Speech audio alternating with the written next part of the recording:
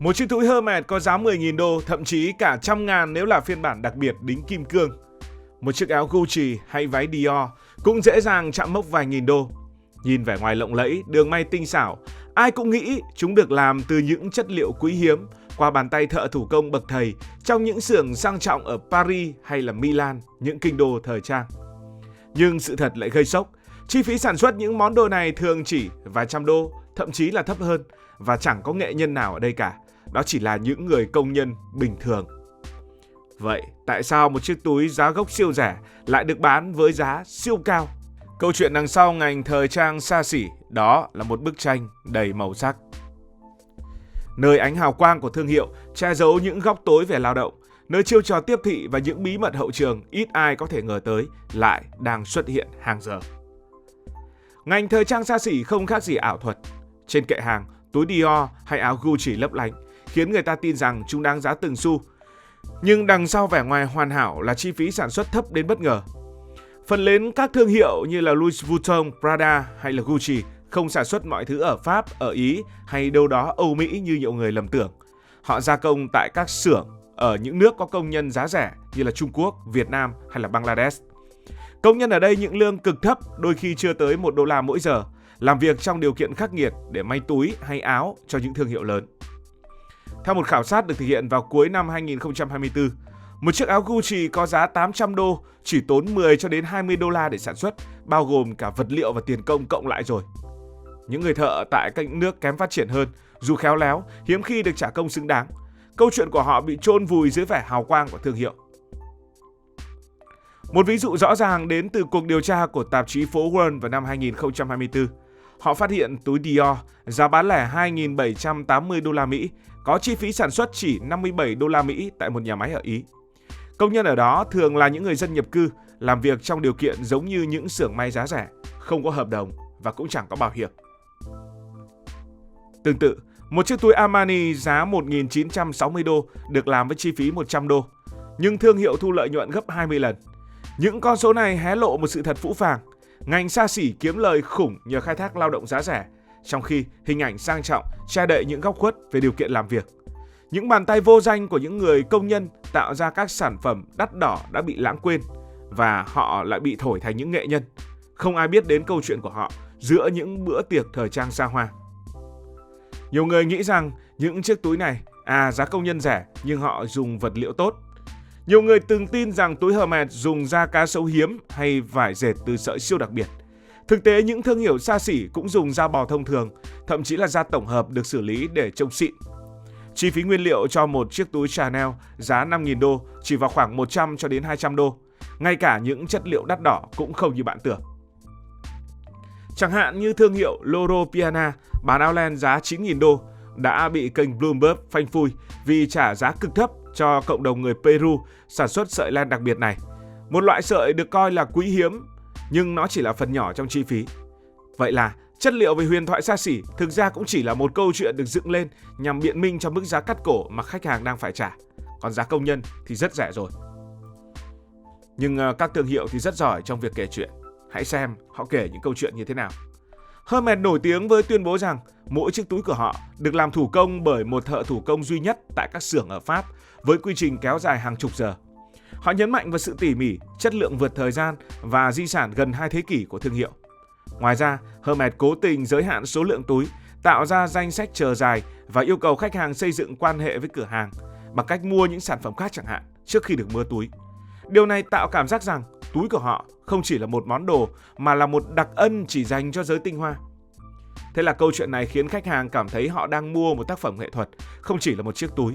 Việc xếp hàng chờ đợi và chi tiêu để được mua tạo cảm giác đặc quyền, đẩy giá trị cảm nhận của sản phẩm lên cao ngất ngưởng.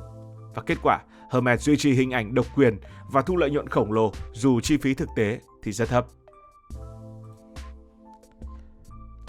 Hay Louis Vuitton xây dựng thương hiệu quanh ý tưởng nghệ thuật du lịch, bắt nguồn từ những chiếc dương hành lý thủ công từ thế kỷ 19.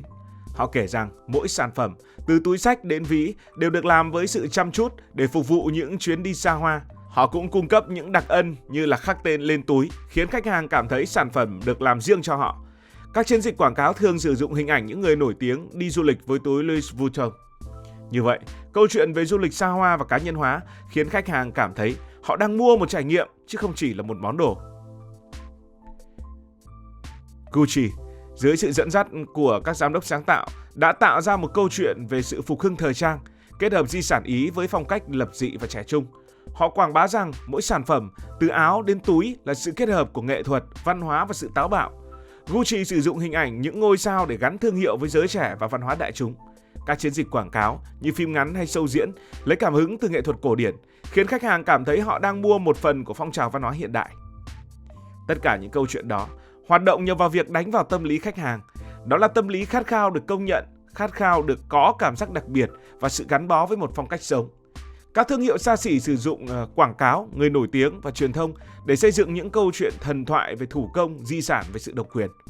Tuy nhiên, những ví dụ trên cũng cho thấy chi phí sản xuất thấp và việc gia công tại những nước có lao động rẻ mâu thuẫn cực kỳ đặc biệt với hình ảnh cao cấp mà họ quảng bá. Những câu chuyện này không chỉ giúp bán sản phẩm mà còn biện minh cho mức giá cao ngất ngưởng, dù giá trị thực của món đồ thường chỉ là một phần nhỏ. Như vậy, ngành thời trang xa xỉ đã biến những món đồ có giá gốc rẻ mạt trở thành biểu tượng của sự giàu có, và khách hàng luôn sẵn lòng trả giá cao để được làm một phần của câu chuyện ấy. Ngành thời trang xa xỉ quả là một cỗ máy khổng lồ, được thiết kế để tối ưu hóa lợi nhuận trong khi giữ vững hình ảnh độc quyền. Họ dựa vào chuỗi cung ứng toàn cầu, trải dài các nhà máy ở châu Á đến những xưởng hoàn thiện ở châu Âu. Ví dụ, một chiếc túi xa xỉ có thể được thiết kế ở Paris, ra thuộc Ấn Độ, may ở Trung Quốc, rồi sau đó đưa trở lại Ý để gắn mác. Một bài đăng trên mạng xã hội X từng gây tranh cãi khi tuyên bố 80 sản phẩm của Gucci và 60 sản phẩm của Prada được làm ở Trung Quốc, sau đó chuyển sang châu Âu để dán nhãn xịn. Dù chưa được xác minh hoàn toàn, thông tin này phản ánh một thực tế. Các thương hiệu đã tận dụng chi phí thấp ở châu Á, rồi gắn nhãn Made in Italy hay Made in France để tăng giá trị cảm nhận. Chiêu trò này giúp họ thu lợi nhuận khủng mà vẫn giữ được vẻ ngoài thủ công cao cấp. Và ngành xa xỉ thì rất giỏi đánh vào tâm lý muốn khoe mẽ của khách hàng. Một chiếc váy Prada không chỉ là vải, nó là cách bạn nói với thế giới, tôi đã thành công rồi. Các thương hiệu tạo ra những câu chuyện về di sản thủ công, về sự độc đáo để khách hàng cảm thấy món hàng là một khoản đầu tư.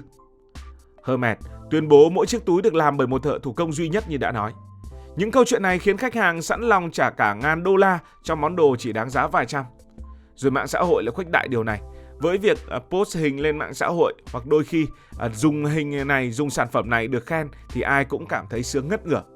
Nhưng bây giờ, các thương hiệu thời trang xa xỉ đang gặp phải một vấn đề, đó là hàng giả. Hàng giả là cái bóng không thể tách rời của ngành xa xỉ. Các nhà máy Trung Quốc sản xuất túi Hermès với giá chỉ bằng 1/10 hàng thật, nhưng chất lượng gần như tương đương. Những chiếc túi giả này sẽ tràn vào Mỹ qua các lô hàng nhỏ, tránh kiểm tra hải quan và được bán online hoặc tại những cửa hàng bí mật. Điều đáng nói là một số nhà máy đang làm giả thì lại từng là đối tác của những thương hiệu lớn, nên họ biết chính xác cách làm túi xịn, khác mỗi cái logo. Điều này làm mờ ranh giới giữa thật và giả, thách thức khái niệm xa xỉ. Trong khi các thương hiệu như Hermès chi hàng triệu đô cho kiện tụng và kiểm soát chuỗi cung ứng, thị trường hàng giả vẫn phát triển mạnh, được thúc đẩy bởi những khách hàng đặt câu hỏi: tại sao phải trả 10.000 đô cho túi thật, trong khi túi giả 1.000 đô lại trông y hệt? Nếu là bạn sẽ lựa chọn sản phẩm như thế nào? Suy nghĩ của bạn về vấn đề này. Cảm ơn vì đã quan tâm theo dõi câu chuyện. Nếu cảm thấy thú vị, bạn có thể nhấn nút đăng ký kênh, bật chuông thông báo và chia sẻ. Còn bây giờ thì xin được nói lời chào tạm biệt.